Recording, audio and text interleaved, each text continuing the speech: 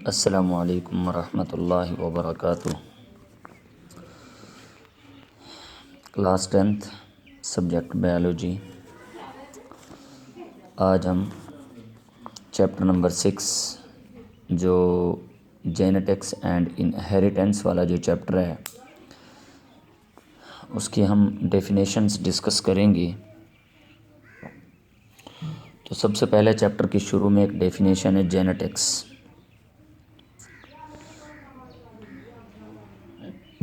Biology کی وہ شاخ جس میں وراثت کا سائنسی مطالعہ کیا جائے جینیٹکس کہلاتا ہے۔ بائیولوجی کی وہ شاخ جس میں وراثت کا سائنسی مطالعہ کیا جائے اسے جینیٹکس کہتے ہیں۔ اس کے بعد انہیریٹنس یا وراثت۔ وراثت سے مراد والدین سے خصوصیات کا اولاد میں منتقل ہونا، اسے انہیریٹنس یا وراثت کہتے ہیں۔ وراثت سے مراد والدین سے خصوصیات کا اولاد میں منتقل ہونا، اس عمل کو وراثت یا انہیریٹنس کہتے ہیں۔ اس کے بعد ہیں ٹریٹس یا خصوصیات۔ ایسی خصوصیات جو والدین سے اولاد میں منتقل ہوتی ہیں ان خصوصیات کو ٹریٹس یا کریکٹرسٹکس یا خصوصیات کہتے ہیں۔ مثال کے طور پر آنکھوں کی رنگت، قد، ذہانت،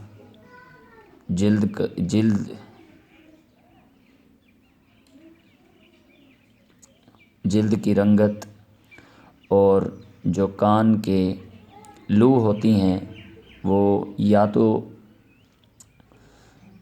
جلد کے ساتھ جڑی ہوئی یا ہٹی ہوئی، وہ جو کان کی لو ہوتی ہیں وہ بھی وراثتی طور پر خصوصیات ہوتی ہیں۔ اسی طرح رولنگ آف ٹنگ، زبان کا گول ہونا بھی وراثت کی ایک خصوصیت ہے۔ اس کے بعد نیوکلیوسوم۔ ڈی این اے ایک ہسٹون پروٹین کے گرد لپٹا ہوتا ہے۔ اس طرح ڈی این اے اور ہسٹون پروٹین کو مجموعی طور پر نیوکلیوسوم کہتے ہیں۔ نیوکلیوسوم ایسی گول ساختیں ہیں جس میں پروٹین اور ڈی این اے دونوں شامل ہوتے ہیں۔ کروموسوم پر یا ڈی این اے پر جو ہسٹون پروٹین جو ڈی این اے کے گرد لپٹی ہوتی ہیں، اس طرح یہ گول ساختیں بناتی ہیں جنہیں نیوکلیوسوم کہتے ہیں۔ مثال کے طور پر یہ اگر ڈی این اے ہے تو اس کے سامنے یہاں پر ہسٹون پروٹین ہوتا ہے، یہ ڈی این اے اس کے اوپر سے لپٹتا ہوا یوں اس کے اوپر لپٹ کر یوں آگے کی طرف موو کرتا ہے، یوں پھر ایک ہسٹون پروٹین ہوتی ہے سامنے، پھر اس کے اوپر سے ڈی این اے لپٹ کر یوں گول ساختیں بناتا ہے، انہیں نیوکلیوسوم کہتے ہیں۔ یہ جو گول ساختیں ہیں بال لائک سٹرکچر ہیں، یہ ہسٹون پروٹین ہیں، اور یہ جو دھاگا نما ساخت ہے یہ ہے ڈی این اے اور یہ ہے ہسٹون پروٹینز۔ تو ڈی این اے اور ہسٹون پروٹین اس مقام پر آپس میں ایک دوسرے کے اوپر لپٹے ہوتے ہیں اور گول ساختیں بناتے ہیں جنہیں نیوکلیوسومز کہتے ہیں۔ ادروائز یہ ڈی این اے الگ ہوتا ہے اور یہ ہسٹون پروٹین الگ ہوتی ہے۔ نیوکلیوسوم اس وقت کہتے ہیں جب ڈی این اے اور ہسٹون پروٹین اس کے گرد لپٹی ہوں اور گول ساختیں بنا رہی ہو، اسے نیوکلیوسوم کہتے ہیں۔ اس کے بعد جو جانداروں میں کروموسومز ہوتے ہیں وہ ہمیشہ جوڑوں کی شکل میں ہوتے ہیں۔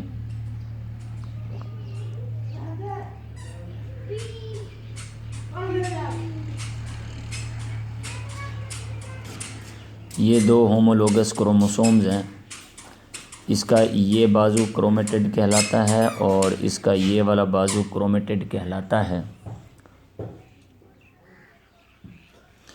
تو جیسے کروموسومز جوڑوں کی شکل میں ہوتے ہیں، ویسے کروموسومز پر جو جینز ہوتے ہیں وہ بھی جوڑوں کی شکل میں ہوتے ہیں۔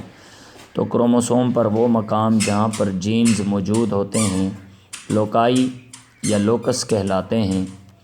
کروموسوم پر وہ مقامات جہاں پر جینز موجود ہوتے ہیں ان مقامات کو لوکائی یا واحد کو لوکس کہتے ہیں۔ اس کے بعد جیسے کروموسومز جوڑوں کی شکل میں ہوتے ہیں ویسے ایلیلز جینز بھی جوڑوں کی شکل میں ہوتے ہیں۔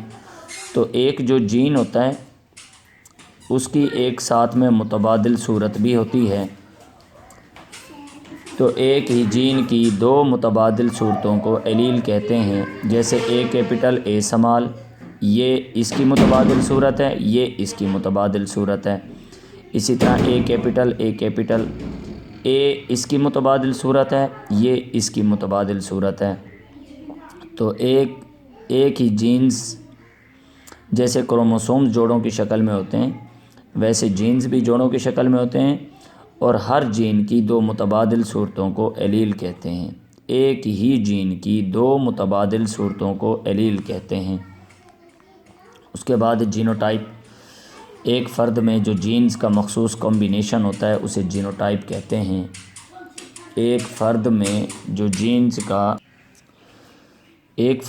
جینز کا مخصوص کمبینیشن جینوٹائپ کہلاتا ہے، اور یہ جینوٹائپ دو طرح کا ہوتا ہے، ایک ہوتا ہے ہوموزائگس جینوٹائپ اور ایک ہوتا ہے ہیٹروزائگس جینوٹائپ۔ ایسی جینوٹائپ جس میں جینز کے جوڑے کے دونوں ایلیلز ایک جیسے ہوں، ایسی جینوٹائپ جس میں جینز کے جوڑے کے دونوں ایلیلز ایک جیسے ہوں، یہ بھی اے اسمال ہے، یہ بھی بی اسمال ہے، یہ جین ایک ہے لیکن اس کی دونوں ایلیلز ایک جیسے ہیں۔ ایسی جینوٹائپ جس میں جینز کے جوڑے کے دونوں ایلیلز ایک جیسے ہوں ہوموزائگس جینوٹائپ کہلاتا ہے، اور ایسی جینوٹائپ جس میں جینز کے جوڑے کے دونوں ایلیلز مختلف ہوں، اے کیپٹل اے اسمال، اسی طرح بی کیپٹل بی اسمال۔ تو ایک ایسی جینوٹائپ جس میں جینز کے جوڑے کے دونوں ایلیلز مختلف ہوں، مثال کے طور پر A capital A small, B capital B small, D capital D small. تو ایسی جینوٹائپ جس میں جینز کے جوڑے کے دونوں ایلیلز مختلف ہوں ہیٹروزائگس جینوٹائپ کہلاتا ہے۔ جو ہیٹروزائگس جینوٹائپ ہوتی ہے اس کی پھر آگے دو اقسام ہوتی ہیں، ایک ہوتی ہیں ڈومیننٹ ایلیلز، ایک ہوتے ہیں ریسیسو ایلیلز۔ ڈومیننٹ ایلیل کو ہمیشہ کیپٹل لیٹر سے ظاہر کیا جاتا ہے اور ریسیسو ایلیل کو اسمال لیٹر سے ظاہر کیا جاتا ہے۔ ایسے ایلیلز جو دوسرے ایلیلز کی خصوصیات کو چھپا لیں وہ ڈومیننٹ ایلیل کہلاتے ہیں، اور ایسے ایلیل جو چھپ جائیں، جن کی خصوصیات ظاہر نہ ہوں، جن کی خصوصیات چھپ جائیں، وہ ریسیسو ایلیل کہلاتے ہیں۔ اس کے بعد مینڈل نے اپنے وراثت کے قوانین میں دو طرح کے کراس استعمال کیے، ایک مونو ہائیبرڈ کراس کہلاتا ہے، ایک ڈائی ہائیبرڈ کراس کہلاتا ہے۔ ایک ایسا کراس جس میں ایک ہی وقت میں ایک متضاد خصوصیت کا مطالعہ کیا جائے، مثال کے طور پر آر کیپٹل گول بیج، آر سمال جھوری دار بیج۔